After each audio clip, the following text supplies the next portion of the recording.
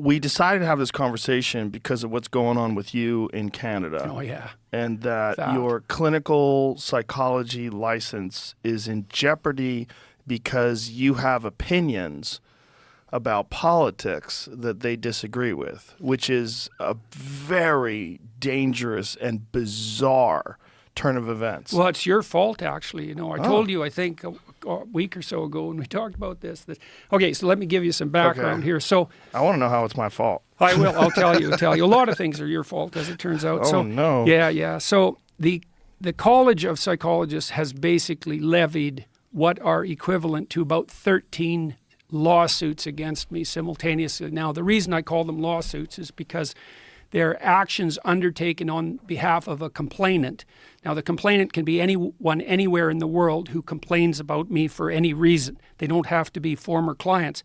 They don't even have to be anybody I've ever met. They don't even have to have met anybody I've ever met.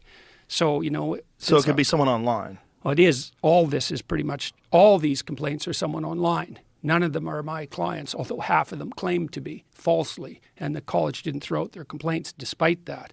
So, which is really quite interesting. And what are the complaints? Well, okay, let's see. The one complaint is about the tweet I made about Ellen or Elliot Page, and when I said that a criminal physician cut off her breasts and that pride was the sin. So now I'm in trouble again because I just said the same thing.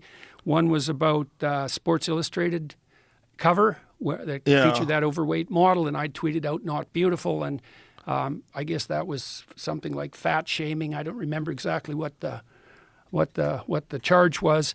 And then I criticized Justin Trudeau and a former staff member of Justin Trudeau and Jacinda Ardern. I made a joke about her. I was going to New Zealand, and the New Zealand leftist press was freaking out, and I made this joke about bringing my alt-right trolls to New Zealand, and then I put in parentheses, or maybe they're just, ordinary people who are trying to clean up their rooms. So apparently that was casting the profession into disgrace. And then they submitted, one complainant from the U.S. submitted the entire transcript of our last discussion. So, I don't know how to defend myself against that, because apparently everything I say, and apparently everything you say too, is bringing the profession of psychology into disgrace. And I think they're most upset in that case about my comments about the inadequacy of climate models. And so, part of the reason I'm pursuing this action with regard to the Ontario College of Psychologists, well, there's two reasons, really. Three. One is, leave me the hell alone, guys. You've been on my case nonstop for 7 years. Not once before that, in 20 years of practice. There's no complaints ever levied against me. It wasn't until I started to become, relatively well-known publicly that the college came after me. And 7 years of that gets to be a bit much, especially now that there's 13 lawsuits compiled up, and all of them are for political opinions, and half of them have been put forward on false grounds. But even that's not enough for me to engage in the battle. The reason I'm engaging in the battle is, well, first of all, you want me to do social media retraining so I communicate better according to your experts? It's like, experts by what criteria exactly? What's a social media communication expert? You got any documentation that even exists as a field? And how do you know that if you have that social media expert train me, that I'm going to be a better therapist? There's no body of data that suggests that in the least. So I'm not going down that route. We should explain that, because so I've already been sentenced, right? Yes. So this isn't a threat by the college. This is what the situation already is.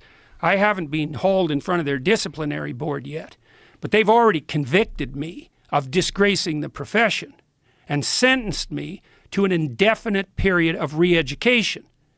And that's the second most serious punishment that they can levy against a professional. The first is to take away the license. The second is to undergo this retraining and to publicly announce the necessity for that, which they've already done in my case. And so now I have to sit down with these experts at my expense for an indefinite period of time until I'm trained properly, whatever the hell that means, by the criteria of the so-called experts and the college. And that isn't pending an investigation.